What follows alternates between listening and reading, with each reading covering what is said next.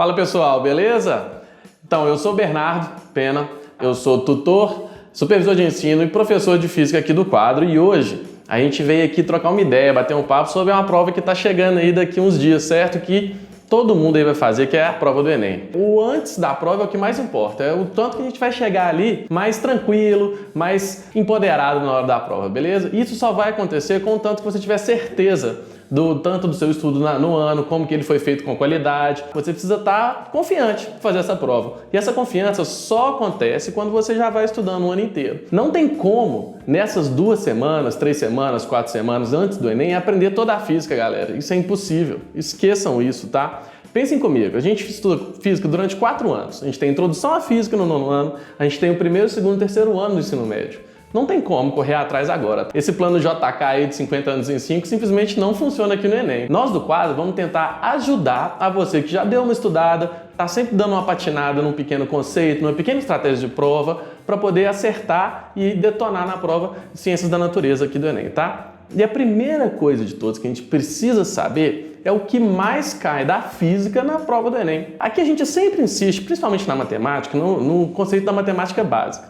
A física é extremamente igual. A prova da física, ela acompanha um raciocínio lógico, tá? Não é à toa que você estuda primeiro vetor, depois você estuda cinemática, depois você vai estudar um monte de outras coisas. O 1º ano vem antes do 2º por uma sequência lógica de conteúdo. E o 3º ano vem depois do 2º por uma sequência lógica. Não necessariamente todos os conteúdos são conectados, mas são níveis de dificuldade que você precisa estar maduro e bem resolvido com a física para poder entender. Ah, Bernardo, mas circuitos não tem nada a ver com cinemática. Bom, cinemática é o conteúdo mais simples. Você começa a estudar física com ela. Circuitos, potência dissipada, física moderna é o último.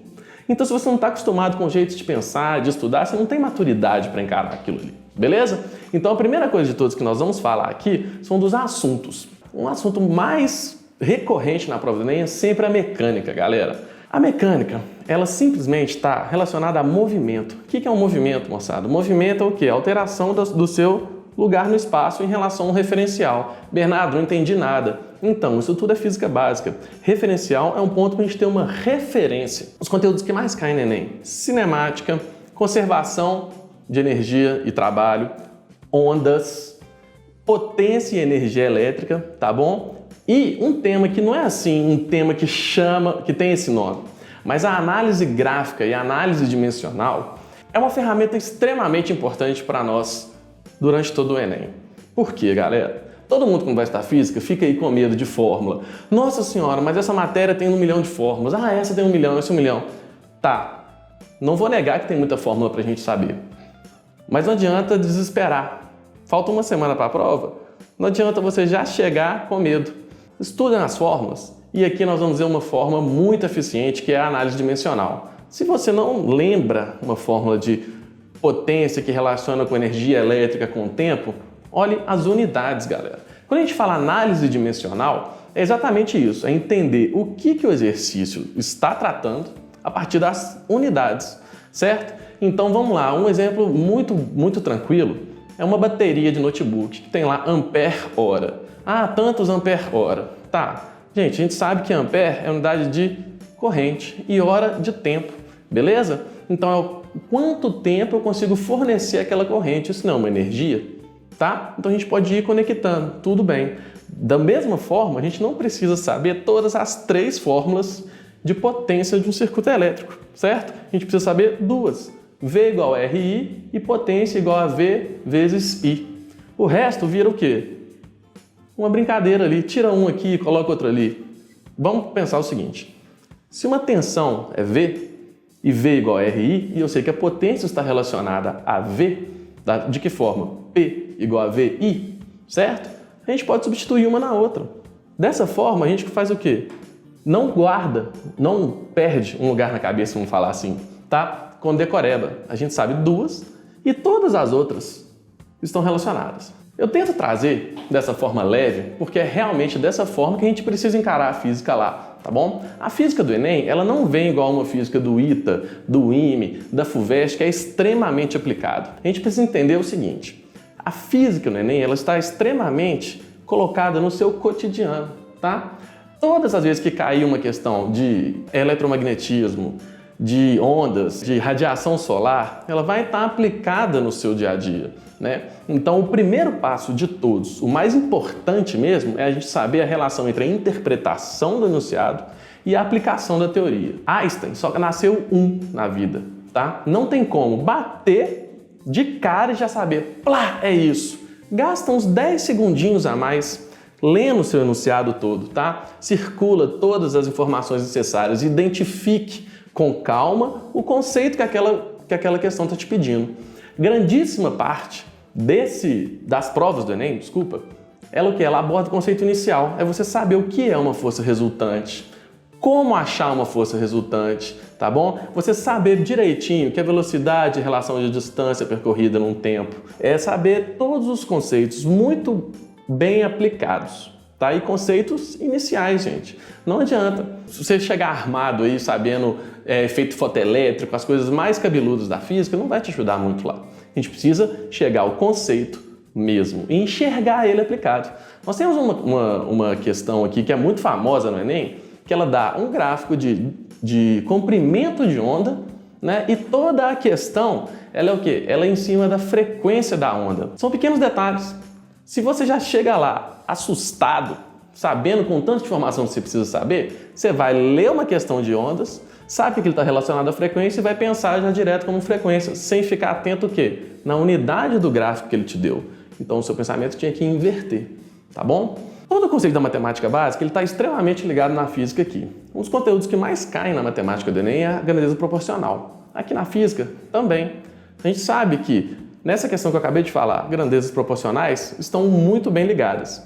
Quanto maior um comprimento de onda, menor uma frequência daquela onda. Sacou? Por quê? Porque a velocidade é uma constante. Da mesma forma, se eu tenho 3 aspectos numa forma e todos eles estão relacionados, eu sempre vou tentar identificar o que é constante, certo? E aí, depois que eu identifico o que é constante, eu o isolo, tá? E vou analisar a relação das outras duas grandezas. No exemplo das ondas, nós temos que V é igual a lambda F, sendo lambda comprimento de onda, F é frequência. Todo mundo sabe que a luz que sai do Sol e chega aqui na Terra, ela não altera a velocidade. Então, qualquer que seja a situação, a velocidade vai ser constante. Logo, a relação entre frequência e comprimento de onda se torna o quê? Uma relação inversamente proporcional. Gente, mais uma vez, a física se torna muito presente na forma básica. Uma das primeiras coisas que a gente precisa aprender são as diferenças entre grandezas vetoriais e grandezas escalares. Os vetores estão ali para nos ajudar o tempo inteiro. Então, sempre pense, vetor precisa de três informações: módulo, direção e sentido. Para de decorar, entendam que módulo é intensidade, é a quantidade, tá bom? Direção, basicamente, vertical e horizontal. Sentido, pensa comigo, sentido da vida. Qual que é? Eu vou de um lugar para o outro. Aqui também, eu vou para a direita para a esquerda. É diferente da esquerda para a direita. Traga ela para o seu dia a dia. Se eu vou te dar uma carona, eu vou te esperar na avenida tal, eu tenho que te falar se eu estou indo para o centro-bairro ou do bairro-centro. Por quê? Eu vou passar de um lado, você vai estar esperando do outro, eu não vou conseguir te dar a carona.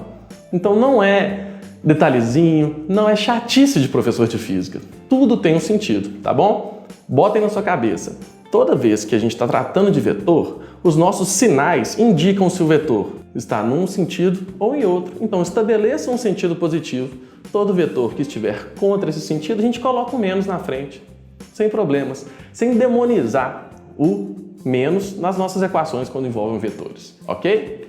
Bom, gente, das melhores estratégias que a gente tem para poder detonar na física do Enem, a primeira de todas, vou falar de novo e aqui a gente insiste muito com os nossos alunos, a interpretação das questões.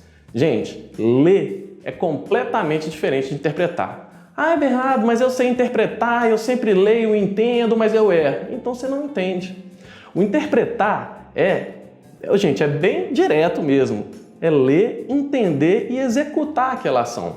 Toda vez que você lê um enunciado, leia e entenda bonitinho o que está acontecendo. Só dessa forma a gente identifica o conteúdo e a gente aplica o conteúdo que você já estudou previamente naquela situação proposta pela prova. Tá? As situações propostas pelo Enem não são situações cabeludas, não são coisas muito acima do que a gente está acostumado. A segunda, gente, essa eu falo muito sério. Muito, muito, muito sério mesmo. Desenha!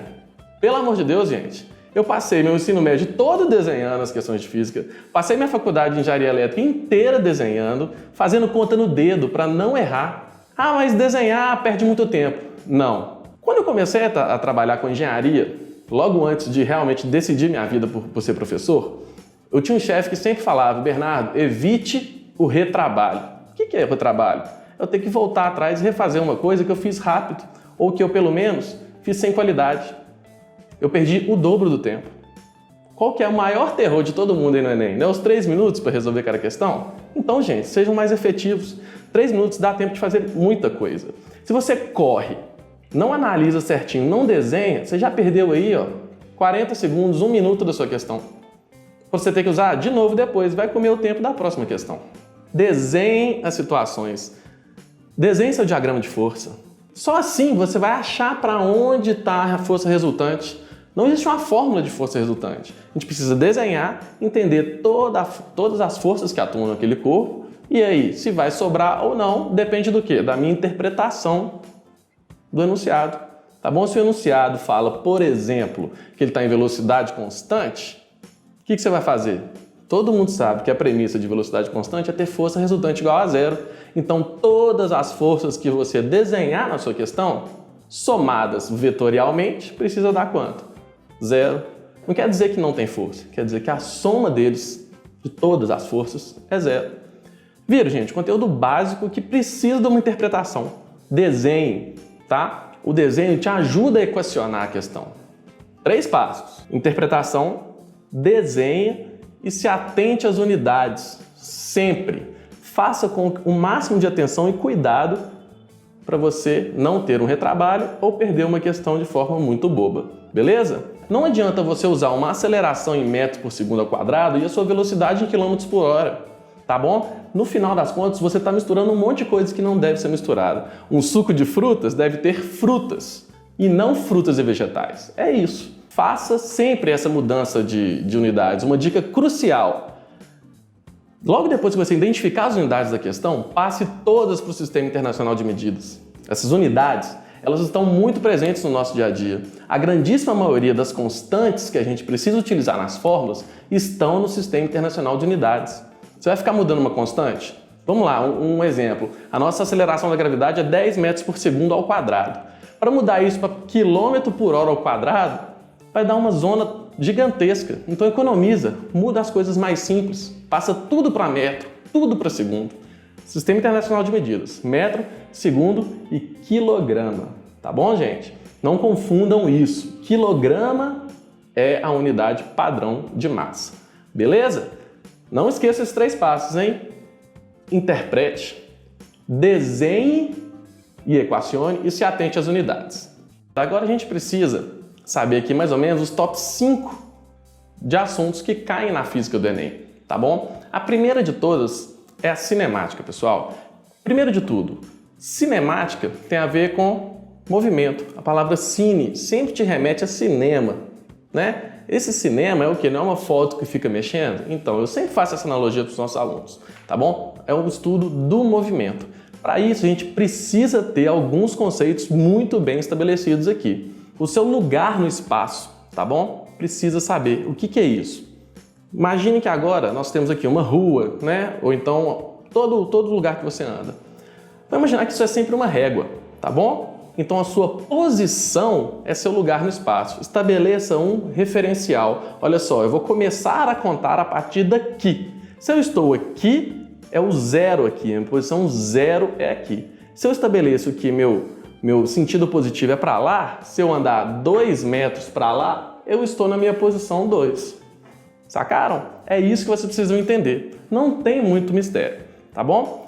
A partir disso, a gente começa a evoluir no nosso conceito, tá bom? Para eu sair daqui e chegar lá, eu não me movimentei. Quando eu me movimento, eu saio de um lugar. Eu só consigo chegar lá se eu adquirir o quê? Uma velocidade, tá bom? Então, para eu mudar a minha posição, eu preciso ter velocidade.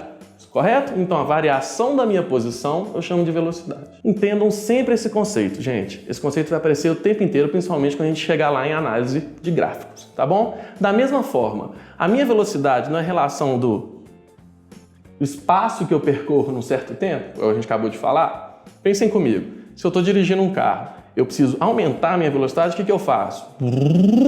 Eu acelero.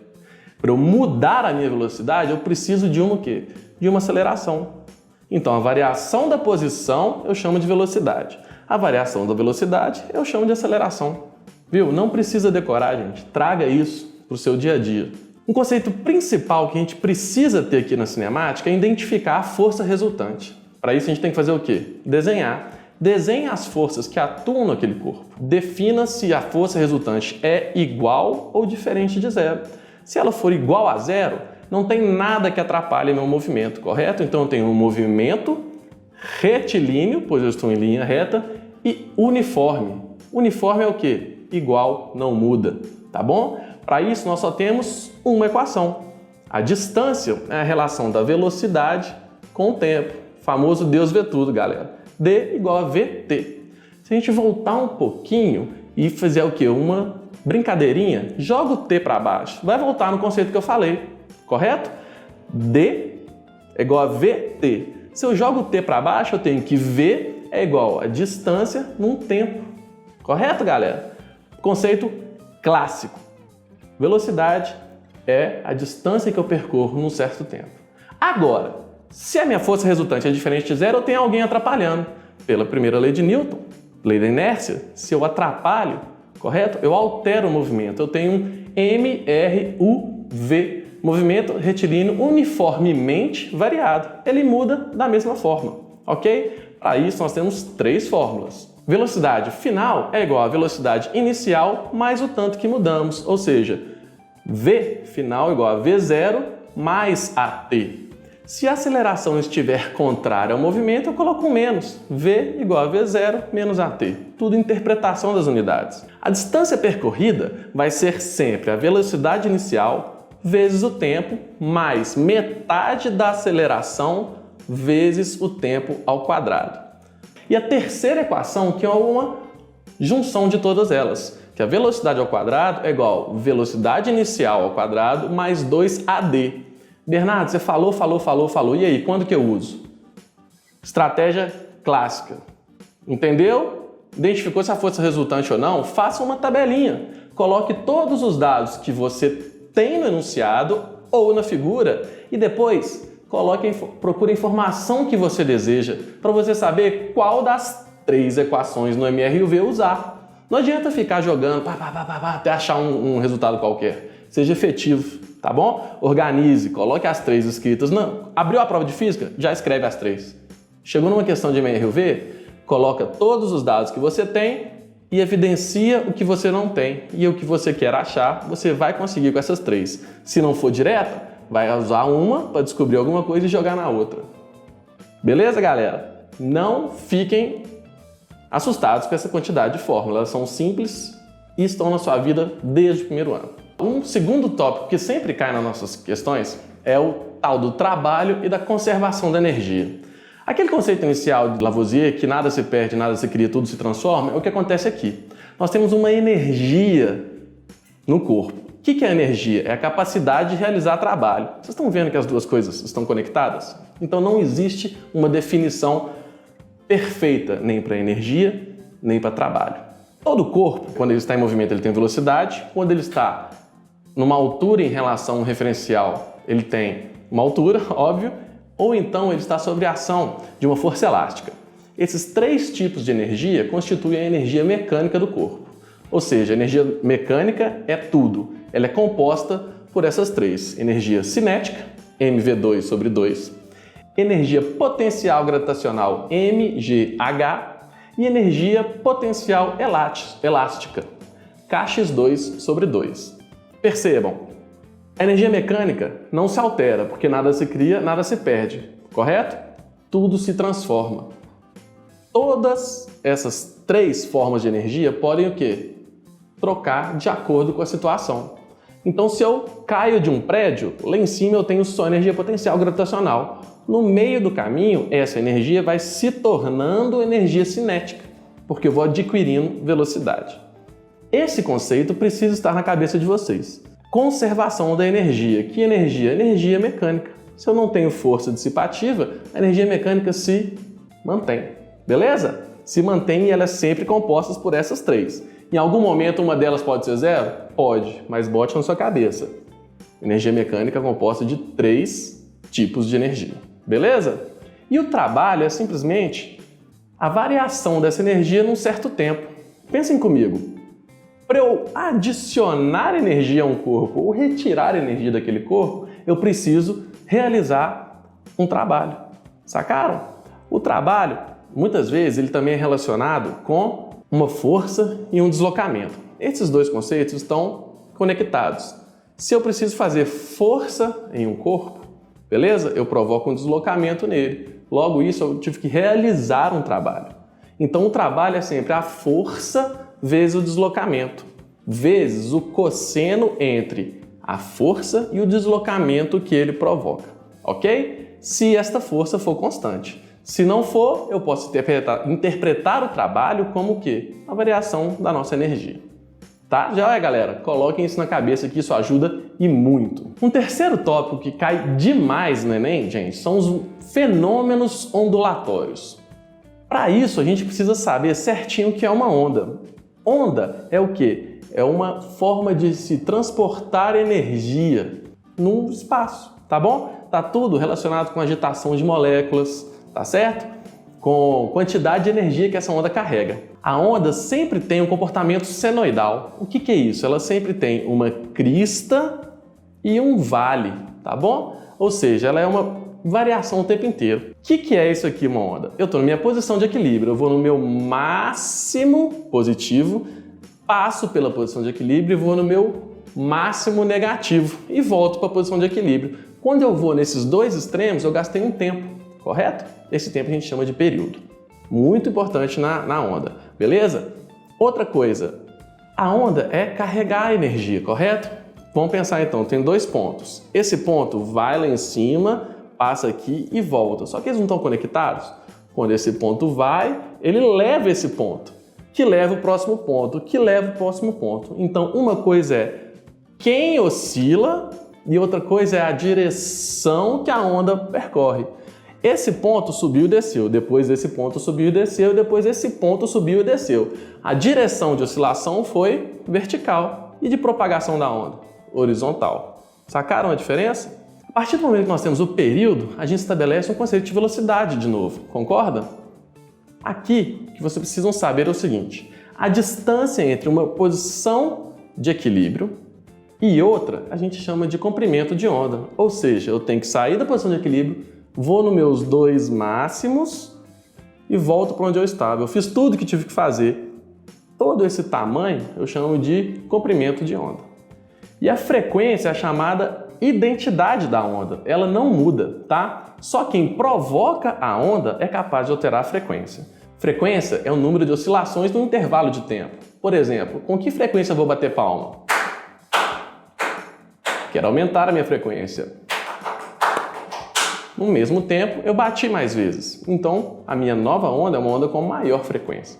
Sacaram? Relacionem sempre frequência com oscilações. Pensem na sua cabeça o tempo inteiro. Frequência não se altera. Só a fonte da onda pode alterar aquela frequência. Beleza, galera? Fiquem espertos nos gráficos também. A gente precisa trazer o gráfico para perto da gente, tá bom? Gráfico, gente, é lindo, maravilhoso, ele te ajuda em tudo. Por quê? Toda a informação necessária sobre aquele fenômeno está no gráfico. Por isso que eu insisti na nossa análise dimensional.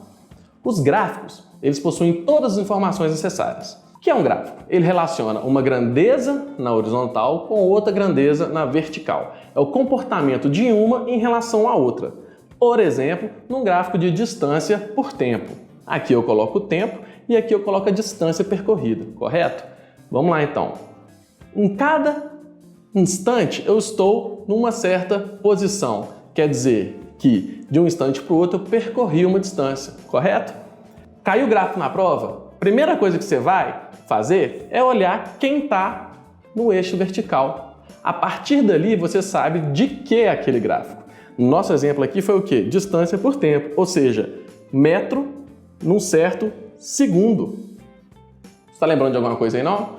Tá sim. Metro por segundo é o quê? É a variação, não é? De distância num tempo. Então, de alguma forma, a velocidade está ali para nós, tá? Relacione sempre a variação de quem está aqui em cima com quem está na horizontal. Caiu o gráfico, direto no eixo Y. Pá, bate o olho e saiba o que é. Dessa forma, você vai interpretar o comportamento da sua variável que está no eixo X com a sua imagem que está no eixo Y. Façam sempre isso. Dessa forma, vocês não precisam decorar quando que é MRUV, quando que não é. Bora lá. Se eu tenho uma variação da distância do mesmo valor, sempre no mesmo tempo, eu tenho o quê? Um MRU, um movimento retilíneo uniforme. Eu sempre percorro no mesmo tempo uma mesma distância. Logo, eu tenho minha velocidade constante, correto? Gente, não decorem também as áreas no gráfico. Todo gráfico tem uma área embaixo dele. Simplesmente divida uma unidade pela outra. Enxergue a figura geométrica. Se eu tenho um gráfico assim, aqui embaixo eu tenho um quê? Um triângulo. Olhe, como que eu calculo essa área desse triângulo? É base vezes altura? Se minha base é tempo, correto? E aqui é velocidade, eu tenho metro por segundo vezes segundo na hora de multiplicar a base por altura, não tem? O que vai me sobrar? Metro. Então a área vai ser uma distância percorrida. Sejam bastante maduros na hora de fazer isso, tá? Enxerguem a área, faça o quê? A multiplicação das unidades e identifique o que a área do seu gráfico está te contando.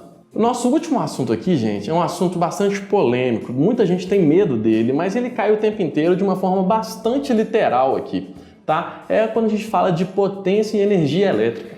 Nós temos aqui, basicamente, o seguinte. Energia elétrica não está relacionada com circuitos elétricos? A lei principal dos circuitos elétricos é qual? V igual a RI. Concordam? Beleza. Logo, quando a gente começa a estudar potência elétrica, a gente entende que a potência também é o quê? VI. Essas são as duas ferramentas que a gente precisa. Misture as duas equações e você vai chegar nas outras duas equações de potência, que são o quê? V2 sobre R e RI2. Tá bom, gente? Não fiquem completamente desesperados, qual potência que é qual, dissipada, não. Identifique no seu problema qual grandeza se mantém constante de uma situação para a outra. Um exemplo clássico.